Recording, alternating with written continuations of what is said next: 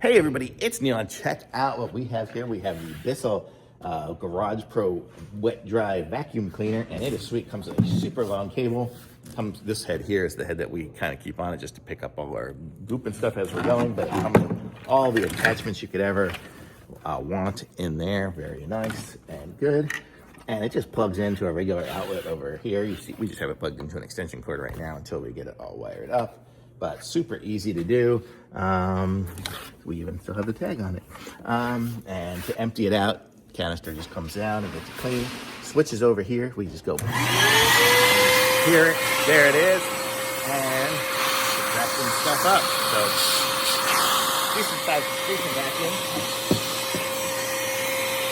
So if you need a mounted shop vac one there with a nice long cable, this looks like a good one to me. It's the Bissell Garage Pro Wet Dry Garage Vac. Thumbs up.